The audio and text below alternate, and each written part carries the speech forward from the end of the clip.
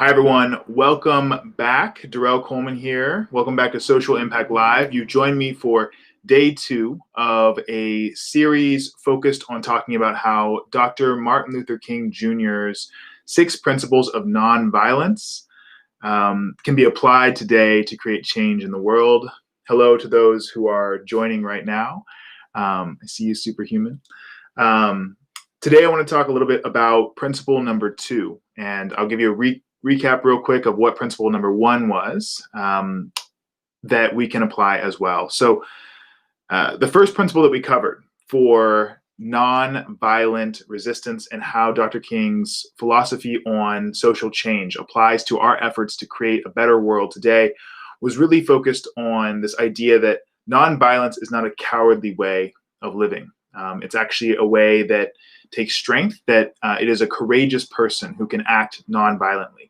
And I think I want to elaborate on that real quick, just a little bit more. So this idea that we hear in society often is that violence is the way to be strong, that people of strength push back with force. And Dr. King submitted to us, he presented to us, and he showed us a different way of resisting, which was through this idea of nonviolence. And I just want to expand on that a little bit. The idea here is ultimately that violence begets more violence. And I think that this is true in so many ways. This is true when we look at actual literal violence, like literal violence begets more violence. People who have been harmed through violent acts want to lash out, want to return the favor with violence as well.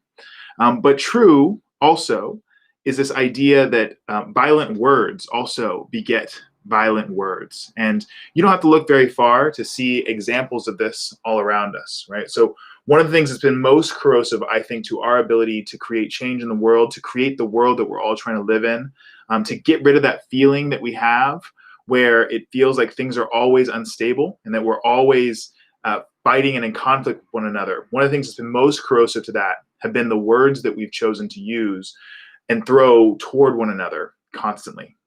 So all you have to do is jump on Twitter and you will see people hurling insults at one another that it seems like they would never say to one another in person. And all that does is beget more insults from the other side, right? So that's something that I think has been really problematic and fits into this idea that responding with violence, right, begets more violence in the first place.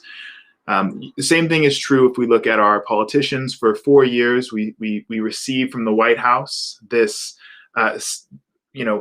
insult after insult hurled at people all over the place, to the point where I think it wore a lot of people down.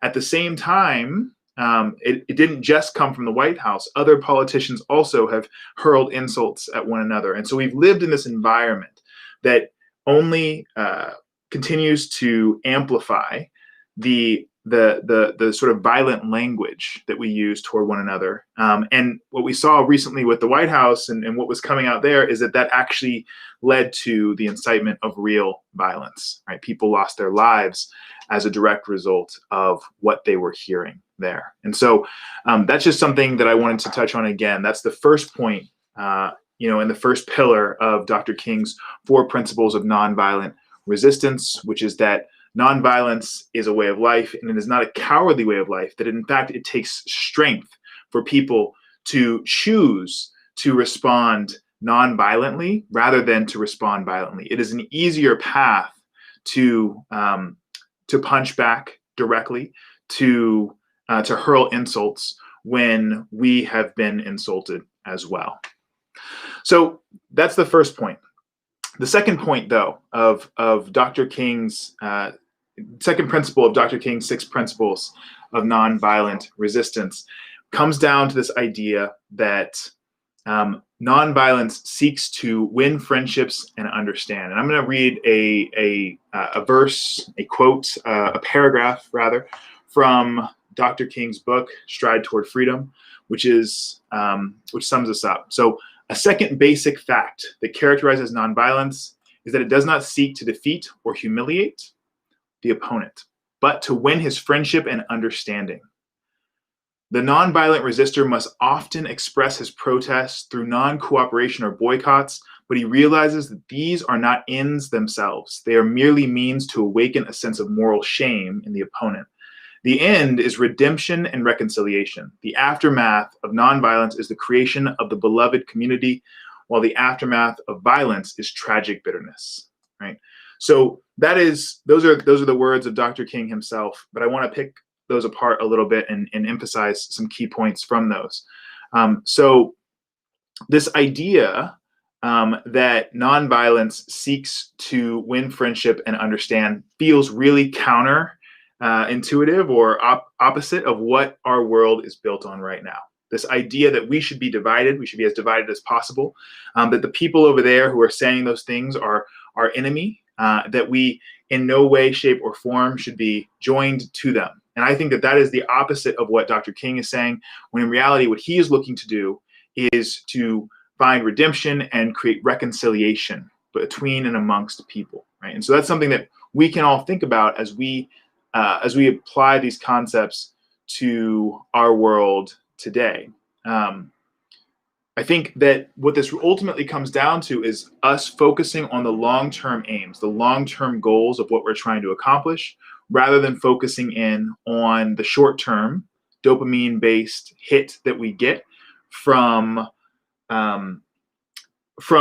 winning a battle, right, with insults or quick comebacks over other people. Right? So this idea that we are aiming to create friendship and find reconciliation down the line leads us to taking a different path when we apply Dr. King's philosophy to social change than we would otherwise. The long-term goal is to create a world where we're in harmony and where we thrive. Right? And in order to get there, that actually takes something else. It requires us to have conversation with one another, and it requires understanding of one another. I genuinely believe, and this is something that I believe from Dr. King's work, from other examples in history, but also from my own work, that it is only through genuine, true understanding of one another that we can create sustained harmony between people. When people don't know one another, when they are separated from one another, when they think that the other is different for too long, they become corrosive, they become combative, they begin to project ideas onto that group over there, and they don't genuinely see them as human beings who are locked in the same battle to provide for themselves and create a life for themselves as well. They see them instead as people who need to be battled and fought against. And I think that some of the worst atrocities in history have come as a result of this othering, this differencing that we have. Instead, our goal in applying Dr. King's philosophy is to bridge that gap, is to narrow the space between us and others, is to recognize that those people, even though they're different than us, even though they do things that are absolutely fundamentally opposed to the way that I would live my life or you would live your life, they are still human beings. And our goal is actually to understand them better rather than othering them, shutting them out in the first place, and amplifying difference.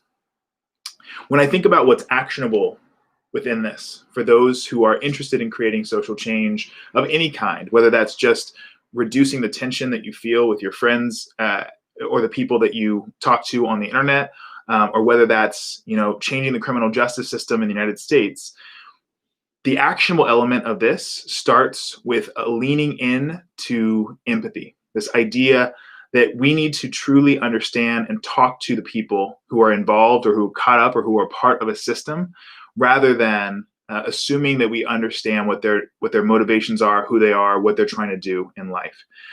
So I'll tell you this sort of quick story from our own work.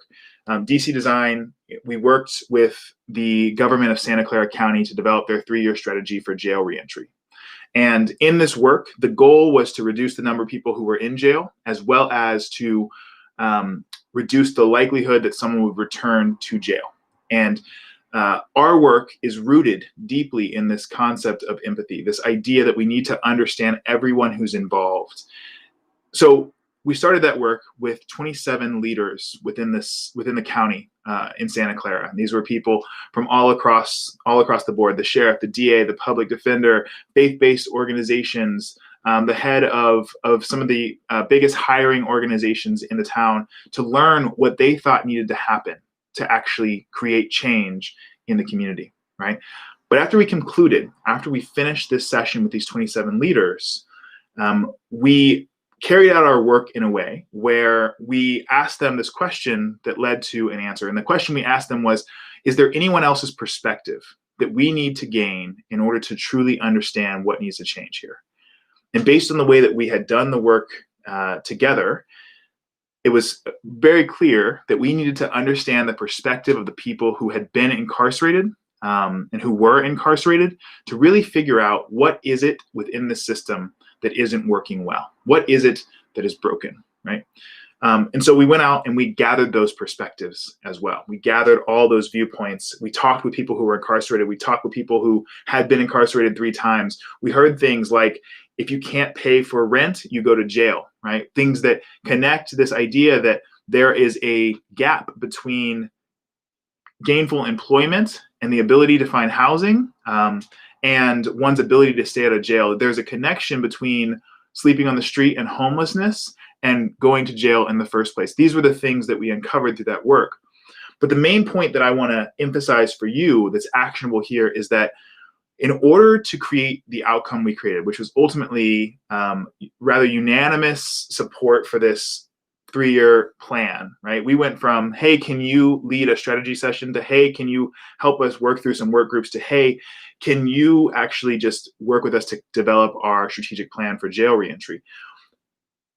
The way that we were able to win the support of so many different people, right, to get this thing passed, to get this plan approved, was through our effort and our focus on understanding the different stakeholders, the different people who were involved. Where we are right now as a country is at a place where we are amplifying difference between many of the stakeholders I just mentioned. The approach of going and talking to the sheriff, going and talking to the DA, going and talking to the public defender, going and talking to people who are incarcerated, going and talking and understanding what law enforcement is saying as well, is not something that we are being encouraged to embrace as thoroughly as we could. But the point that I would bring to you is that each of these people plays a role within the system. Now, we can talk about what role they should play within the system. We can talk about how someone's job should be defined. We can talk about whether certain roles should exist in the first place. And that's a conversation that's worth having. But as the system exists, as it stands right now, if the goal is to make the maximum level change for the people who are trapped up in a system that is disadvantaging them later on, forever reducing their wages, destroying families, etc., then we need to understand the perspectives of the people who are involved, the people who have their hands on the levers of power, the people who we often would look at and say, well, you're actually creating the problem. You're part of the problem in the first place. We need to understand what motivates them, what drives them, why are they doing the things that they're doing, so that we can start to see, 1, some of the humanity in those individuals, but 2, we can understand how to rearrange the system or redesign the system or design a new system that does something different, right? But by putting up a blockade and saying, I never want to hear from this group of people, we'll never actually understand what needs to change or how the configuration is broken right now to get to the outcomes that we actually want to get to. So I think Dr. King's philosophy is as true today as it was then. It is one of the most successful campaigns for civil and human rights that we've ever seen in history. And this idea that our goal should be focused in the long term on creating a harmonious community where we can work with one another to actually create a world where we can all thrive. If that becomes the focus, then this idea of creating enemies or maintaining enemyships with other people starts to erode, and we start to say, well, we need to find a different way. All right, so that is the second pillar of nonviolent resistance that Dr. King has for us that I think we can apply to our work to create social change. What I think is powerful about it is that I think we can apply it. We can apply this concept of empathy, this concept of I actually want to understand you better and not be your adversary down the line. We can apply that to our one-on-one conversations as well as to our macro level goals to create change in the world. Empathy is the tool that's actually going to help us get there. And this is something that I think if more of us employ, if we start to apply it, we can actually right the ship that we're on that at times often feels like it's heading down the wrong path. If this feels valuable to you, please hit the like, follow, subscribe. I would love for you to be part of this community. I go live every weekday at 9 a.m. and I'm looking to grow a community of people who are interested in applying these concepts to make the world around them a better place. So if that's you, then let's go on this journey together. All right, that's what I've got for you tonight. Thank you all, everyone who joined. Really great to see you. I see some of your names here in the chat. I will see you tomorrow with the third pillar of nonviolent resistance. Bye, all.